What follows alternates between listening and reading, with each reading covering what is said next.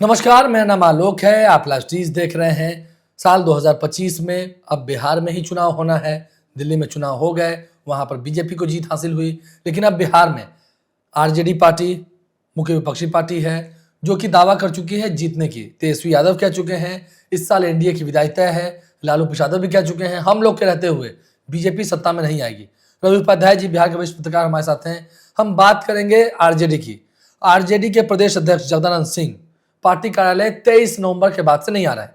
23 नवंबर हम इसलिए कर रहे हैं, उसी दिन 4 सीटों पर हुए उपचुनाव की काउंटिंग हुई थी, वोटों की गिनती हुई थी, जिसमें चारों ही सीटों पर एनडीए की जीत हुई थी। महागठबंधन चुनाव हार गई थी, जिसमें से 3 सीटें महागठबंधन की सिटिंग थी। लेकिन अब प्रदेश अध्यक्ष जगदानंद सिंह कहा जा रहा है कि अस्वस्थ हैं, पार्टी कार्यालय नहीं आ रहे हैं और ऐसा लगता है कि अभी वो आएंगे भी नहीं। सर, लगता है जगदानंद सिंह अब नहीं आएंगे अर्जी कार्यालय? देखिए, चुनाव सर पर है, गिने चुने अब दिन बच गए, कुछ महीने, हाँ महीने बच गए। विधानसभा का सत्र होगा बिल्कुल। अब देखिए, उस दौरान आपके टीम का कैप्टन ही नहीं है, तो ये सबसे चिंता का विषय है। अब देखिए, सब लोग तो यही कह रहा है और पॉलिटिकल कॉरिडोर में चर्चा है, और लालू यादव के वह टेस्टेड और ट्रस्टेड आदमी थे जगता बाबू, लेकिन जगदानंद सिंह अब लालू प्रसाद यादव कितना दिन तक ले चलेंगे? तो वो अपने पैर में अपने कुल्हाड़ी मारने वाली बात होगी कि यदि जगदानंद सिंह प्रदेश अध्यक्ष पार्टी कार्यालय नहीं जा रहे हैं तो ये देखिए संगठनात्मक चुनाव होना है आरजेडी का, तो इस लिहाज से इस पर भी नजर है कि कहीं ना कहीं संगठनात्मक चुनाव हो जाएगा, उसके बाद जगदानंद सिंह की विदाई कर दी जाएगी। एकदम ये तय मानिए। अभी हटाया भी अभी वही तो हम कह रहे हैं, हटा नहीं सकते हैं। अभी नहीं, संगठनात्मक चुनाव होगा। अब गिने चुने संगठनात्मक चुनाव के भी दिन अब रह गए हैं शेष, तो ऐसे में संगठनात्मक चुनाव होगा, प्रदेश का होगा, उसके बाद राष्ट्रीय अध्यक्ष का चुनाव होता है, खुला अधिवेशन भी है जुलाई के महीने में, वही कर रहे हैं, तो वो प्रदेश का हो जाएगा। तो तमाम संगठनात्मक चुनाव के बाद अब देखिएगा, अब वो पार्टी में ठीक है, वो कार्यकारी रहे जो रहे, लेकिन ये देखिए बड़ी बात तो यह है कि मंगनी लाल मंडल की भी एंट्री हो गई है। मंगनी लाल मंडल आपको देखिए समाजवादी चेहरा है, बड़े समाजवादी, धुरंधर समाजवादियों में उनकी गिनती होती है, और जननायक कर्पूरी ठाकुर के साथ चलने वाले लोगों में उनकी गिनती है। तो ये एक चतुराई भरा चाल निश्चित रूप से तेजस्वी यादव ने किया है, लालू यादव ने किया है, लेकिन अब देखिए तेजस्वी यादव कितना मंगनी लाल मंडल को जानते और समझते हैं, यह सबसे बड़ी बात है। हाँ, कई सारे नामों की चर्चा होती है। चर्चा तो आलोक मेहता के भी नाम की होती है, बिल्कुल, पूर्व मंत्री रहे हैं। देखिए, नाम तो अब आलोक मेहता की भी है, उसके बाद से आपको गया वाले जो है सो कुमार सर्वजीत के नाम की चर्चा होती है। दलित चेहरे, देखिए जो भी समीकरण बनेगा वह जो है सो आपको वोट की राजनीति को लेकर के ही बनेगा। जगदानंद सिंह जिस समाज से आते हैं वह तो उपचुनाव में उनके पुत्र ही जो है सो हार गए। अब देखिए विधानसभा के उपचुनाव में, तो ये देखिए अब वोट ट्रांसफर कराने और करने की बात है। राजपूत समाज जो एनडीए के का कोर वोटर माना जाता है, वह आपके तरफ कितना आएगा। हालांकि चर्चा इस बात की होती है कि इस बार के चुनाव में शायद जगदानंद सिंह की बहू चुनाव लड़ सकती हैं।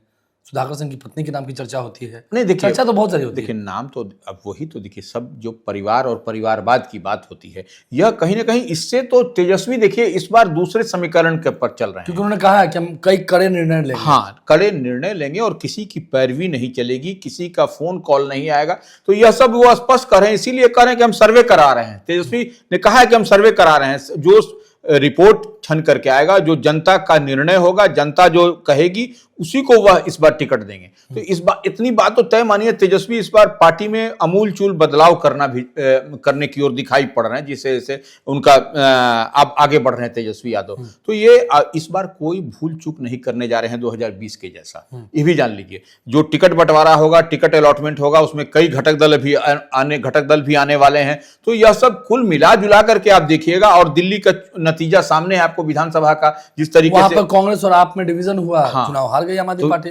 यह सब बात भी जब महागठबंधन के जब घटक दल अलायंस के बीच बात होगी, तो ये सब एक एक बिंदुओं पर सूक्ष्मता के साथ, बारीकी के साथ इसमें समीक्षा होगी, रिव्यू किया जाएगा कि क्या दिल्ली कहीं यहाँ पर नहीं दोहरा दे कांग्रेस का भी देखिए तल्ख तेवर है, क्योंकि एनडीए का मनोबल काफी हाई है। हाँ, एनडीए का मनोबल हाई, और कांग्रेस ने भी तल्ख तेवर दिखलाया है। तारिक अनवर जो राष्ट्रीय महासचिव हैं, कटिहार से सांसद हैं, बीते दिन उन्होंने कहा था कि बिहार कांग्रेस में संगठनात्मक जो है सो निर्णय लेने की जरूरत है, और क्या करना है, कैसे करना है, अकेले चुनाव लड़ना है या सामूहिकता के साथ मिलकर के लड़ना है, यह इस पर भी तय हो जाना चाहिए। क्योंकि देखिए, अब आपको समय नहीं है, आपको लड़ना है एनडीए के साथ में। एनडीए के देखिए आप तमाम घटक दल अलायंस के प्रदेश अध्यक्ष जो हैं साथ में संयुक्त मीटिंग करते हुए दिखाई पड़ रहे हैं, लेकिन तेजस्वी यादव, हम बार बार इस बात को कहते हैं, अभी तक एक भी अपने अलायंस पार्टनर के घटक दल जो भी हैं उनके अध्यक्ष के साथ या उनके जो भी हैं बड़े नेताओं के साथ एक भी मीटिंग शिटिंग करते नहीं दिखाई पड़े। ऊपर से जगदानंद सिंह नहीं आ रहे हैं, ये क्रिया अलग है। हाँ वही कह रहे हैं। और तो हो रही है इस मामले में। तेजस्वी घूम रहे हैं, लेकिन बात किससे कर रहे हैं, किस क्या हो रहा है, यह सबसे बड़ा सवाल है। और इस बात को निश्चित रूप से तेजस्वी यादव को समझना पड़ेगा। अगर हमारी बात से हो सकता है कि इत्तेफाक न रखें लोग, लेकिन इतनी बात तो तय है कि एनडीए हर जगह मीटिंग कर रहा है, पूरे बिहार में घूम घूम करके सब अध्यक्ष और आपकी पार्टी, आपके अलायंस पार्टनर और आप लोग कहीं नहीं ये कर रहे हैं। तो यह तो मैसेज है कि अब वाम दल के साथ घूम रहा है तेजस्वी के, क्या कांग्रेस के अध्यक्ष घूम रहे हैं, या जो है सो विकासशील इंसान पार्टी के मुकेश सहनी को आप देख रहे हैं घूमते साथ में, यह तो नहीं हो रहा है। क्योंकि एनडीए में की तैयारी में और महागठबंधन की तैयारी में भी जमीन आसमान का फर्क दिख रहा है। वही हम बता रहे हैं। देखिए हम लोग की बात को कहीं ना कहीं आप इस बात को देखिए और उसको डिकोड करना पड़ेगा तेजस्वी यादव को। जितनी बात हम लोग कह रहे हैं समझना पड़ेगा, तभी कुछ बेहतर परफॉर्म करते हुए नजर। अगर आपकी नजर कबूतर के आंख पर है तो उस पर ही टारगेट करना होगा, इधर उधर नहीं देखना पड़ेगा। तीर तो चलाना होगा। हाँ तीर चलाना होगा, नहीं तो आप चूक जाइएगा।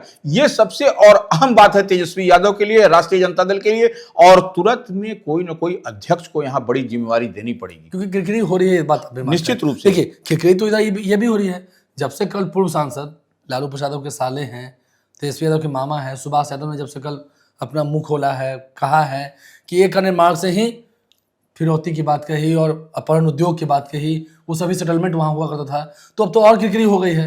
एक तो कहा गया ना भाई घर का बेदी लंका ढाए, जो भी हो, लेकिन ठीक है घर के हैं सुभाष यादव और बड़े नेता रहे हैं, पुराने नेता रहे हैं, तो उन्होंने लालू प्रसाद यादव की एक किरकिरी कर दी है, आरजेडी की किरकिरी कर दी है। तो अब तो जो बात एनडीए कर रही थी वो सुभाष यादव कर रहे हैं। देखिए सुभाष यादव निश्चित रूप से जिस समय लालू राबड़ी का कालखंड था उस समय वह वहां रहते थे, मौजूद रहे। 3 नंबर में तो वो नहीं, 3 नंबर तो उनका आवास था उनका। लेकिन जो अने मार्ग की बात हो रही है, अने मार्ग की जो बात वो कह रहे हैं, आरोप लगा रहे हैं सुभाष यादव, तो सुभाष यादव ने संभवतः करीब से उसको देखा होगा उन चीजों को, तभी वह इस बात को कह रहे हैं। लेकिन देखिए ऐसे हर दल, हर अलायंस में आपको देखिएगा कि बाहुबली, जनबली, धनबली आपको हर जगह दिखाई ये तो है। हर पार्टी, जब सुभाष यादव कर रहे हैं तो हर पार्टी में है। क्या लोजपा में नहीं है?